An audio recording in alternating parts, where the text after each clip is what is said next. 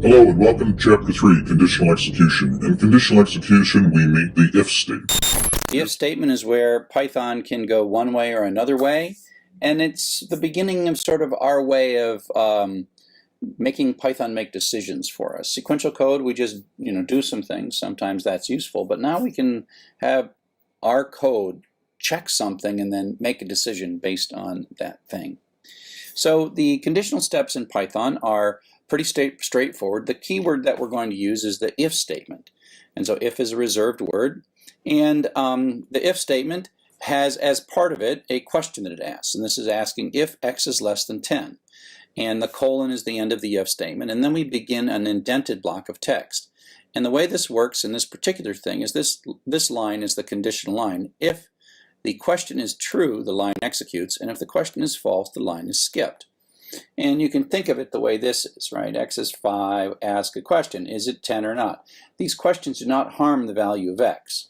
If it is, then we run this code, and then we sort of rejoin here, and then we test this next if, and if that's true, we do this code, and then we do there. But in this case, it's going to be false because x is not less than 20, and so it just continues down here. So if we look at how this works, it runs this line, then it sees this question, it skips that line. So this line does not run, and so smaller prints out and fini prints out. Okay, and so that's the basic idea of an if statement. And the indentation, when we are done with an if statement, we de-indent back, and there's this little block. This is one sort of if statement, and this is another if statement. And these are the two conditional lines that either run or they don't run, depending on the question, the answer to that question. So we have a number of different comparison operators that we can use to ask these true-false questions that say, is this true? So again, we're kind of limited to the keys that were on computer keyboards in 1940s and 1950s, less than or equal to. So we didn't have fancy math characters, so we just concatenated less than and equal to be less than or equal to. This double equals is the asking, is this equal to? And so that's a little tricky. The equal sign is that assignment operator. If I was building a language today from scratch, I would probably make assignment be arrow and the equals question to have an equals. Or I might say, somewhere I would say question equals. But I'm not building this language, so it's not up to me. So this is the question. Double equals is asking the question is equal to. Greater than or equal, greater than, and not equal. So this is the exclamation point is sort of like not equal. So that's sort of not equal. So that's how we do not equal. So if we take a look at some of these in some examples, all of these are going to be true because of the way x is set. If x is equal to 5, that's the question version. That's true or false. It'll execute that. If x is greater than 4, it's going to execute that.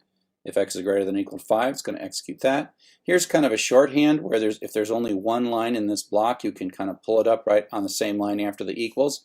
If x is less than 6, which it is, true, execute that. Then if x is less than or equal to 5, do that.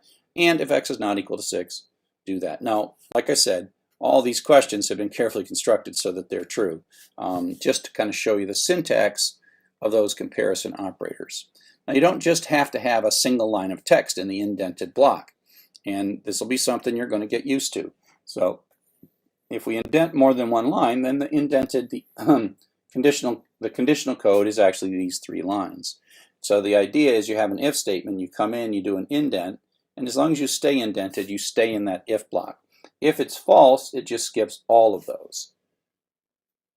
So the way this is going to execute, x is 5, we print before 5, is x equal 5? That's the question mark, and that's true.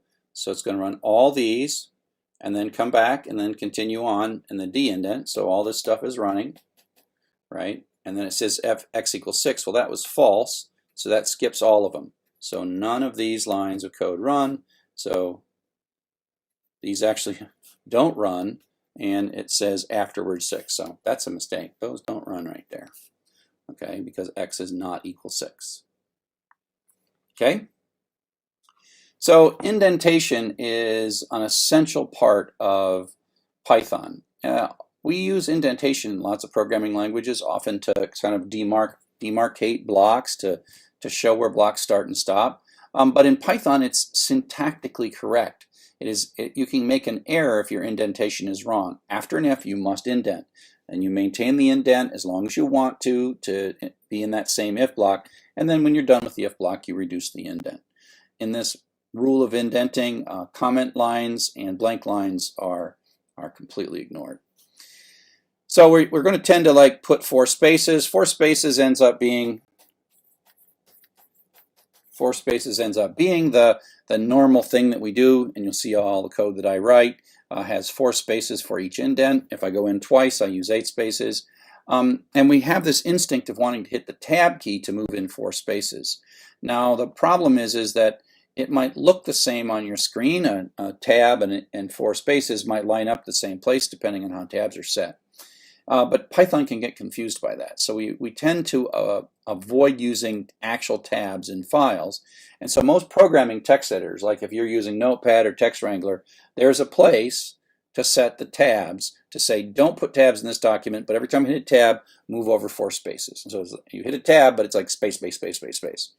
Now the nice thing about Atom, and this is the text editor we tend to recommend in this class, because it works on Windows, Linux, and Mac, but also because it automatically sets this up. As soon as you save your file with a .py extension, you can sort of hit the tab key with impunity and everything works perfectly. But the key thing here is that Python insists that you get this right, and if you don't get this right, you're going to get indentation errors, and they're just another syntax error.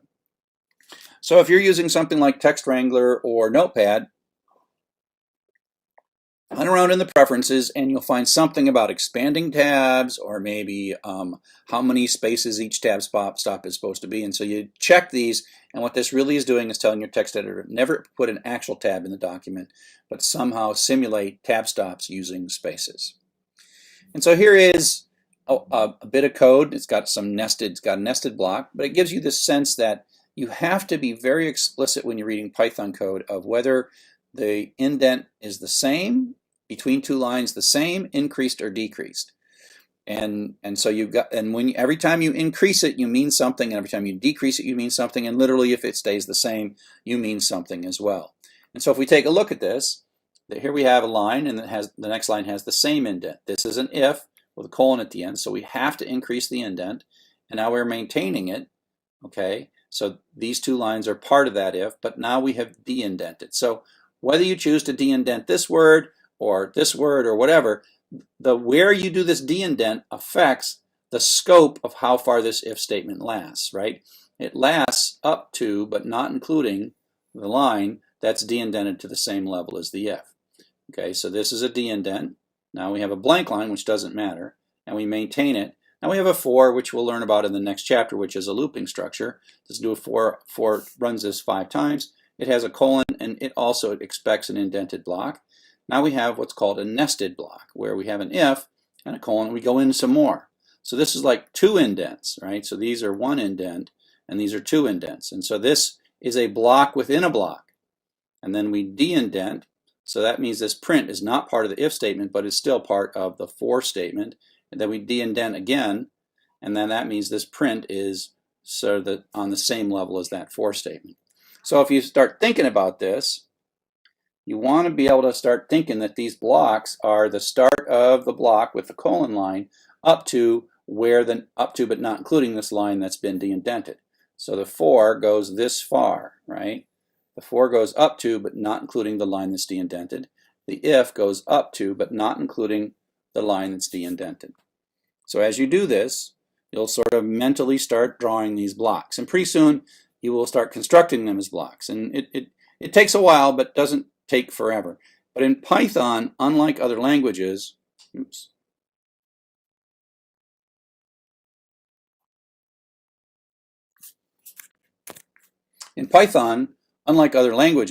you have this is very important, and it matters, and you can have syntax errors if you get it wrong, because you're really communicating the shape and structure of your code using these indents and de-indents. We already saw a nested indent. This is a nested if, so you can put an if within an if, and you can go as far deep as you want to go, like Russian dolls. And so here we have x equals 42. If it's 1, we indent 1. And then with this next thing we do, these are at the same level of indent, but now we see an if, and it has to indent further. So this is like 2 in, 8 spaces. And then we de-indent back. Actually, we de-indent back 2. And so if you watch this and you take a look at how this works, it runs to here. Oops. Back up. Comes in here. The answer is yes, x is greater than 1. Prints this. Is x less than 100? Well, it's 42, so the answer is yes. So it runs this, and then it kind of continues back to there. And you can also think of drawing boxes around this. This is one if box, and then within that if box there is another if box. And again, it's the indent block up to but not including where the de-indent happens. And this here is like 2 backwards de-indents. So it ends 2 blocks. So 2 blocks are ended by where we place this. We could move this in, or we could move this out. We could have it all the way into here, we could have it to here, or here. And where we put that line depends on how the ends of these blocks are going to work out. So one form of that's a 1 branch if that we just saw, but then you can also have what's called a 2 branch if. And the basic idea of a 2 branch if is that you're going to come in, you're going to ask a question, and you're going to go one direction if it's yes, and another direction if it's no. We call this an if then else. It's kind of like a fork in the road. And the way to think about it is, depending on the output of this question, we're going to pick 1 or 2 of these, but if we pick one, the other one's never going to happen. So it's like an either or. We're either going to go one way or we're going to go the other way, but there is no path where we somehow go through both of them. That doesn't happen. And the syntax that we use for this is what we call the if then else. And so the first part is a normal if with an indent, and then we de-indent, and then this is another reserved word, else, with a colon, and then we re-indent. And so this is really end up being part of a whole block here, and the else is the part, this is the part that runs if it's false, and this is the part that runs if it's true. The first branch of the if, the first indented block is what runs if it's true, and the second indented block is the one that runs if it's false. And so here we go, just if x is greater than 2, in this case it's yes, we're going to print bigger, and then we're going to be all done. And so we do 1, and so this one did run, and this one did not run. So basically with an if then else, one of the 2 branches is going to run, but there's no case in which both branches run. And again, you sort of draw these blocks around these things mentally, and in this one you sort of take from the if, not the else is really part of the block, up to but not including that print, which is back indented, de-indented back to the same level as the if statement. Okay? This Python is actually one of the more elegant languages, even though after a while this indenting, and when you get too far in, it gets a little bit complex, but this is a good way to visualize this with these indents. More complex conditional structures. So welcome back. Let's talk a little bit more about some more complex conditional statements that sort of build on this concept of if and if then else. The first thing we're going to look at is the multi-way branch. And so the idea is it's kind of like the if then else, where you're going to pick 1 of 2, but now we can pick 1 of 3 or 1 of 4 or 1 of 5. And it introduces a new concept called the LF. The LF is another reserved word inside Python. And the way it works is it's probably best to look at this here, where it checks the first one, and if it's a true, then it runs that, and then it's done. It doesn't check them all. It's not like it sees that there are 2 logical conditions. It actually checks them, the first one, and how you order these matters, as we'll see in a bit. And so if the first one is true, it runs. If the first one is false and the second one is true, it runs this one and it's done. And if neither of them are true, it falls through, and there's an else clause that is otherwise, and it runs that. So basically, it's either going to run 1 and then skip the other 2, or it is going to skip 1, skip 2, and then run this one. But it only runs in this case 1 of them. But the important thing is it checks these questions in order, and it doesn't check the second question until it finds that the first. It doesn't check the second question until it knows the first question is false. So if the first question is true, you're done. You're done, and you're done with this. You're done with the whole block at that point. So only one of these 3 is going to execute in that block. So here's sort of some examples of this. if we, for example, have x equals 0, it's going to come down here, x is less than true, that's true, so it runs this code, and then it skips down to that. And so it's like this, runs that code, and then skips to the end. Okay. On the other hand, if it's 5, then this is false, and it skips that, and it checks this is true, it runs this code, and then it's done, skips to the end. It goes like false, true, run, end. And then if x is like 20, for example, it runs, false, false, run the else clause, and you're done. So skip, oh, else, run that code, and you're done. So in this case, we ran that, and we didn't run that, and we didn't run that. Again, one of them's going to run. They're checked in order. These questions are checked in order, not out of order. It doesn't look ahead. It just checks in the order that you wrote it. You're the one that wrote that order. And so there's a couple of variations on this multi-way. You can have no else. You can have no else, as in this case. And this just means that it might not run any of them. In this case, x is 5, so it's not less than 2, but then it runs this one. But if x was like 50, for example, if x was 50, then this would be false, then it would skip, and this would still be false, and it would skip, and neither of these two would run. So if you don't have an else, you're not guaranteed that one of them is going to run, because else is like the catch-all. If the other ones are all false, then the else is the one that runs. Similarly, you can have many elifs, but this is where it's really important for you to make sure you know what order they're being taken in. So I've got, this, if this is true, it runs, it goes all the way to the bottom. If, this was, if it's false, false, false, true, it runs this one and it's done. If, on the other hand, it looks at it as false, oops, go back. If it runs false, false, false, false, they're all false, then it runs the else. Right? This one has an else, this one didn't have an else. They don't have to have them. The key is you can have more than one of these elifs. Okay? So I got a couple little things. I'll let you pause right now and look at, the question is, are there, looking at the 3 lines or 4 lines of code, x equals something. Are there lines of code that will never execute regardless of the value for x? And I'll let you pause and think about it, and then I'll explain it to you. Okay, hopefully you paused and thought about it as long as you like, so let me now explain it to you.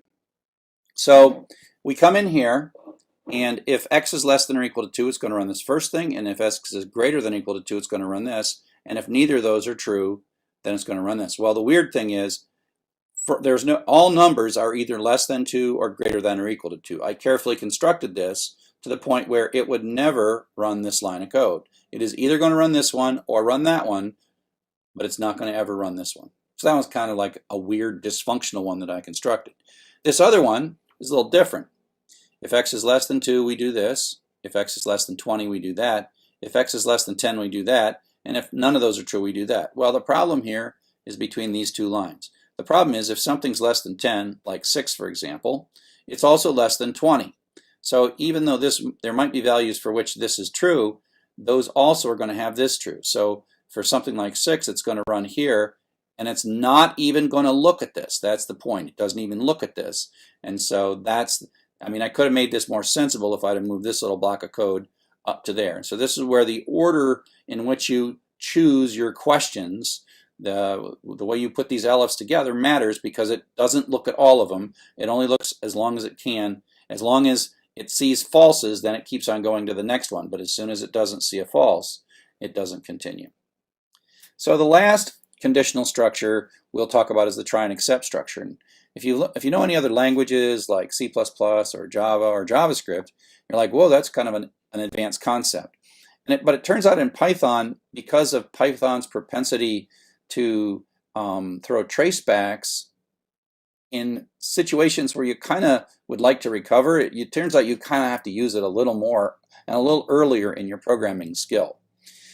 So the problem is what if there is a line of code and you absolutely know it's going to make a traceback, it's going to blow up, but you don't want to blow up. I mean, I don't want to have code blow up. If you're using my autograder and you see a traceback in my autograder, that's kind of like, I consider that a failure. I could put an error like, hey, you entered blank data, or you didn't enter a number, but a traceback, that just seems like I'm too lazy as a programmer. So we as programmers are supposed to anticipate parts of our code that are going to blow up potentially based on perhaps the user's input, and then do something about it. And that's what the try and accept are for.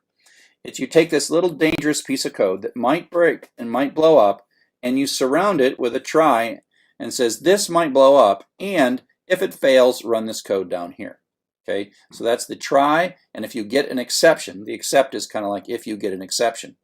And the problem is if you are running code, here's a little bit of code, we put hello Bob in and we convert it to an integer, and we know from past experience that this blows up, right? You can't take hello Bob and convert it to an integer, it's just going to blow up. The problem is, and you know, here we are, it says, oh, you blew up on line 2, that's great, and I'm not very happy with hello Bob, and whatever. But the important thing is your program stops.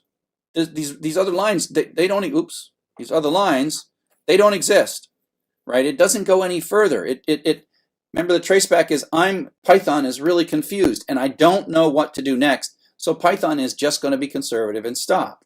So Python stops and your program stops. No matter how much error checking you put down here, it doesn't matter because it's gone. It's all gone. And like I said, we take this kind of personally because the code that you write is like you being put into the computer, giving it instructions. And if the code blows up, well, that sort of wipes you out. You're not in the game anymore. You're not able to do anything. So we want to be able to, especially in these situations where we can anticipate that an error that might happen in the normal course of your program's execution might be something that you want to compensate for. And that's what the try and accept does. So here's a bit of code for the try and accept. And we just have 2 little bits of straight line code. And so we put a string in here that's hello Bob, and then we're going to convert it to an integer. This is the dangerous code. This code in this case with hello Bob is going to do a traceback. And so we say try, and then we indent the dangerous code, and then we add this little accept bit. If it works, the accept is ignored. If this blows up, it runs the accept. So in this code, it's going to come in, it's going to try this. This is going to blow up. But instead of giving a traceback, it's going to say, oh, I've got an available accept. I'm going to run this accept code, and then I'm going to continue on. And so that prints out first -1. So because we set this variable ister to -1, like a little flag telling us that something went wrong. And then we keep on going, and now we have put in 1, 2, 3, the digits 123, the digits 1, 2, 3, and now it's going to work, but we still have it in a try block, and then this one works, it does not blow up, and then it ignores the accept block. So the accept block is only triggered when something goes wrong in the code. It is ignored if something doesn't go wrong. So it's like you bought an insurance policy on this line of code, and when things go wrong, your accept block springs into action and does whatever it is that you want it to do in the case of an error. Okay, so that's a pretty useful thing. You got to be a little bit careful that you don't overuse it, because if you put more than one line inside the try part and one of the lines blows up, it doesn't come back to the try block. And so in this one here, we have kind of a simple, silly one where we set the string. We're worried about some stuff. Well, the print statement's never going to blow up, so it's a bad idea to put it in try except anyways. Then we do this conversion, and that's the dangerous part. And in this one, it's going to blow up. And so then it's going to go to the accept block and then run the accept block and then continue. What it doesn't do is somehow go back and finish this. So these lines are gone. So if you look at it like this, this works. The try starts. Hello. This blows up. It goes to the accept. It runs the accept, and it continues on. Never runs that code. So it's not like you took out an insurance on the whole block. Any of those lines can blow up in the block, but whichever line blows up, that is the last line that's executing in that block. Okay? So you tend to want, in this particular example, you would probably, the print statement would go out there, and this print statement would come down here, and you would only put in your try block the single line of code that you think might blow up, because you kind of know print statements aren't going to blow up. So this is an example that's a more common real-world example where the user is going to type some data. And it's users that get us in trouble. So our program starts by asking the user to enter a number, And we know that this could be dangerous. So we're going to do it. We're going to put the conversion from string to integer in a try block, and we're going to set -1 if that's a failure. And then if it's greater than 0, we'll say nice work, and if it's less than 0, well, not a number. So first time we run this program, out comes enter a number. We type in 42, which is a string. That 42 goes back into roster, runs in here.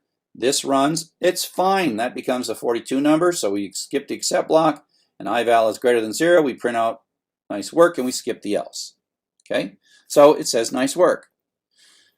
On the other hand, if we run it again, this time, the input says enter a number, and we're silly. We enter the word 42, but in words, 40, F-O-U-R-T-Y. So that's a string, and that goes into roster. And then the execution continues. We run in here, and now this is going to blow up. That's going to blow up. Normally, we would see a traceback right there. There'd be a traceback, but we're not going to because we put this calculation in a try and accept block. It's going to immediately run the accept block, set ival to -1, continue on with the program. See, you are not blown up at this point. And if ival is greater than 0, well, it's -1, so we're going to hit the else clause and print out not a number. So we've done error detection. The user set something that caused a line of our code to kind of blow up, but we put that line in a try and accept block, and so we caught it. And so we dealt with that fact. So in summary, in this, we talked about if statements, we talked about else, we talked about try and accept, how important indentation is to mark blocks where they begin in the end, and an else if and try accept. So up next, we're going to talk about loops and iteration. Hello and welcome to Chapter 4, Functions. This is the fourth of our basic patterns. We'll get to iterations next. Functions is the store and reuse. One of the things in programming is that we never like to repeat ourselves. We don't like to, if we have 4 or 5 lines of code and we're going to do the same thing later, we don't like to put the same 4 lines of code in, even if it has to do with reliability. If you find something wrong with those 4 lines of code and you got them 12 different places in your program, then you got to find all 12 places and fix them. So like collect those to one place and then call them and reuse them. And that's the idea of store and reuse. So this is how functions work inside of Python. The first thing we notice is there is a new keyword def that stands for define function. And the def is like an if statement, or we'll see fors and whiles, that they end in a colon, and then they have an indented block, and then the indented block de-indents, and that's the end of the function. And so there's 2 statements make up this function. The key thing that you have to understand and get used to is this def part is actually not running any code whatsoever. It's actually remembering the code, and that's what I call the store phase. The def creates a bit of code and records it like a macro, although it's much more complex than a macro, and it names it whatever you chose. You gave it a name. We named this one thing. And so it, as a side effect of Python reading or parsing these 3 lines, it doesn't do anything, but it remembers. These 2 lines are what you would like to run when you invoke thing. So this is the definition of a function, and this is the invoking of the function. But so this doesn't do anything. So there's no output here from that stuff right there. But then what happens is you invoke it. And this thing looks like it's part of Python, but you in effect have extended Python with your def statement. And so when it sees thing, it goes up and runs your code. And so out comes hello fun. And then it comes back and goes to the next line, does print, so print comes out. And then it goes back and like, oh, this is the reuse part, but we get to reuse it. We define it once and we use it twice. Then it runs this code again and then goes to the next line and it's all done. So this little bit came out twice.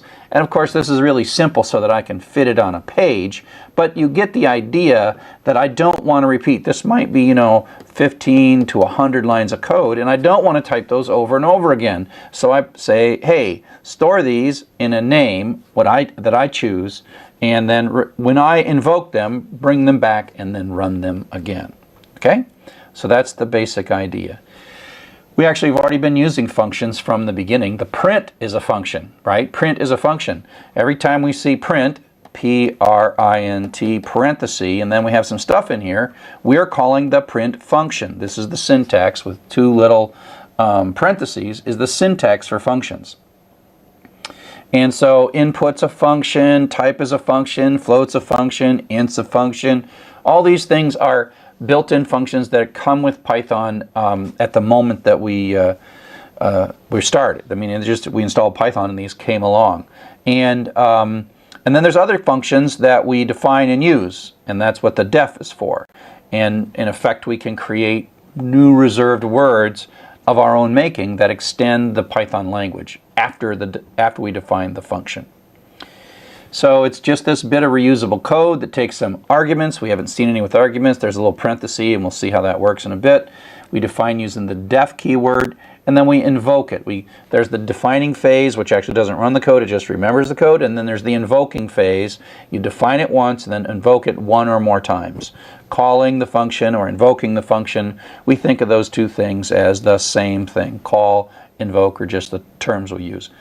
Most people just say call the function, but invoking it is a perhaps more descriptive way to think about it. So here's an example of a function. It is built into Python. It's called the max function. And we can pass some parameters into the max function. So we pass the hello world string. Now, like much of Python, max knows what kind of thing is being passed into it, and it knows that it's looking for the largest character, the lexicographically largest character, and in this case, it scans this little, that's inside the max code, it scans through and finds the largest character. So apparently, lowercase letters are higher than uppercase letters because in English, we get back a W. And so this is what's called the return value.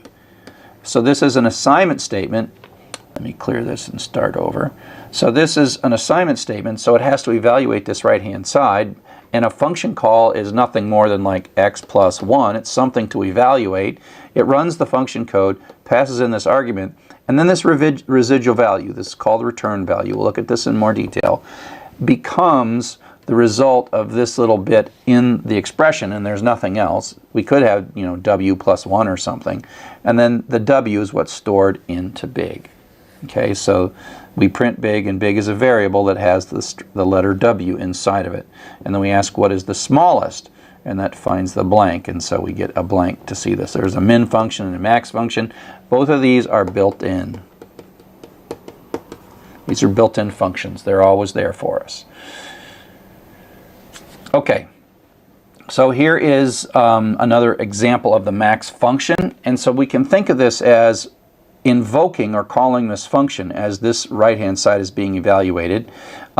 We are passing this variable in, and there's some code in here, and it's going to do some stuff, yada, yada, yada, and then it's going to give us back a bit of stuff, and that's its return value, and then that goes up into the big, right? And so that's how this works. And so this is actually built in or burnt in, I guess I can't draw. And so you can think of this as sometime a long time ago when Python was being first formed, somebody wrote some code. And it's got some stuff in it. It's got a little loop that reads through all the letters. It has to figure out if it's a string or a list, etc., etc., etc. But this is store, except you didn't do the storing because it's already built in, and then this is the reuse, store and reuse. So we build these things into Python, they're already pre-built, as if before the first line of your code executes, way up here, someone put all this code in for you into Python and created a thing called max for you. Now we've been using this already, built-in functions, we've got type conversions, we've got like the float that takes a integer and returns a floating point version of that. And again, this is kind of like an expression. So it's like I want to divide this by 100, but before I do that, I've got to convert it to a float. So it has to sort of do these function calls as it's evaluating the expression. Okay? Sometimes, like here, we just have a prints out the return value. That's what this is. This is the return value. If you just type a function in a parameter, it can be in a constant or it can be a variable, and as we'll see in a second, we'll give you many of these if you like. So you can either just run it or take the result of this. This passes an integer in, converts it to a float, and then puts the float into that. Type tells us what kind of thing that is, and you can use this inside of an expression. And so it's like, what am I going to do first? Oh, I've got to do 2 times this thing. Oh, wait a sec. Pause just briefly for a moment to call out to some float code. Pass a 3 into it, and then something comes back, the return value, the residual value comes back, and then that participates, in this case it's going to be 3.0, participates in this 2 times 3.0. Okay, and so 2 times 3.0 then ends up being 6.0, etc., etc. But you can see as it's like, oh, wait a sec, I got to figure out what this is, call the function, get the return value, and then continue processing this expression. We've also done this with string conversions, partly because, just as an example, the input always returns a string. The input function returns a string. And so, here's this string, could be coming from input, but we'll just take 1, 2, 3. We know that that's a string. It's not the number 123. And if we try to add 1 to it, we get a trace back. Cannot concatenate string and integer.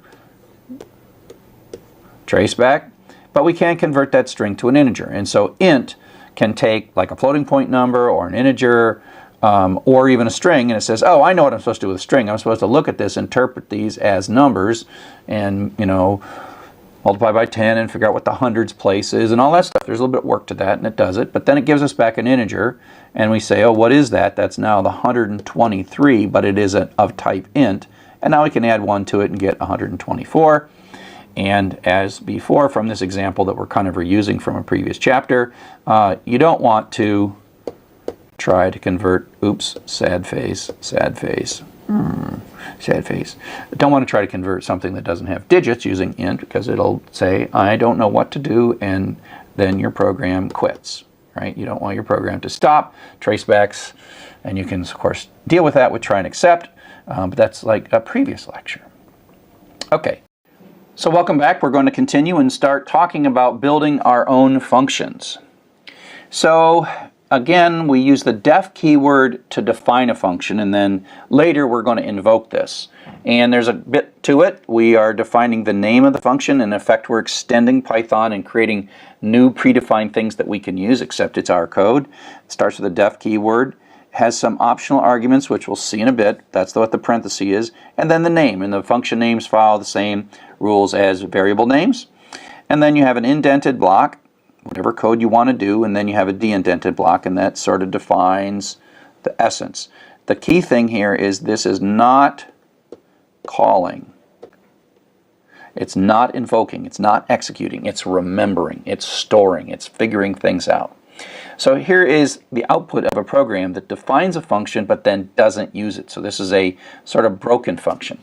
So here we go. We start x equals 5, print. You don't have to you have all the defs at the beginning. The def runs whenever. So, out comes hello. And then we define a function, and this says, oh, you want to make a new thing here. So I'll make a new thing. It's kind of like a variable in a sense. And then it copies this stuff, copies it up there, and says, later you probably are going to want to use this, so I'm going to remember it. So it doesn't do anything there. No output comes out. Then it says print yo, and out comes yo. And then it adds 2 to x, so x is now 7, and then it prints x, and there's no 7. There's 7. These print statements never ran. They never ran. Why? Because we did not invoke them down here. We defined them, but didn't invoke them. So let's take a look at how you invoke a function, right? You define it, and then you use it. Sometimes you define it once and use it once, but more commonly you define it once and use more than one time. Again, the store and reuse pattern. The def is the store, and the invoking is the reuse. So here's just a slightly different version of that last program, and so now it's going to actually invoke it. So x equals 5, print hello, def, so out comes hello. This produces, the def produces no output, right? But because there's a de-indent here, that is the entire blob of the code that is part of print lyrics. So it prints out yo, and now we're going to invoke. This is the call. We're going to call the function. Now the function goes up. Let's clear this. So we're down to here. Now this like suspends at this place. It's like remember to come back to here when we're done. Go up, run this code, and then come back, and then continue on. So it like leaves like a breadcrumb of where it's supposed to come back to, and then it runs, and then the print lyrics, of course, produces the two lines of output. And yeah, that should probably not have, that they should be up there. And then x equals x plus 2, which makes it 7, and then prints out 7. Okay, so this is the invoke or call the function. Okay, you defined it, and then later you called it. Now, in addition to just call and return and invoking, we can pass parameters in. And the example of the parameter is in the max function, we have to say, this is the thing I want you to find the maximum of, the largest thing. And part of it is in the whole store and reuse pattern, we have a few lines of code, but sometimes we want to do ever so slightly different things in the different invocations. And so we use the arguments to subtly adjust, like finding the maximum is a general thing, but what thing to find the maximum of, that makes a function that's much more useful and reusable in a lot more situations.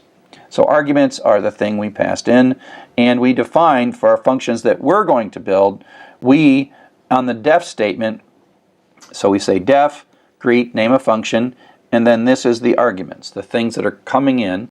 Now, this lang variable, in a sense, only exists during the life of the function, and it represents sort of a placeholder. It's not a real variable in the same sense.